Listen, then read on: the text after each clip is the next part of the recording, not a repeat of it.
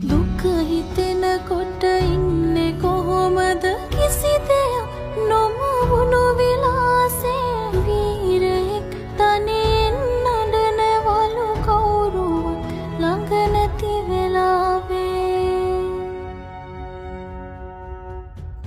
තාත්තේ මගේ ලෝකේ මහවීරයා ඔබමයි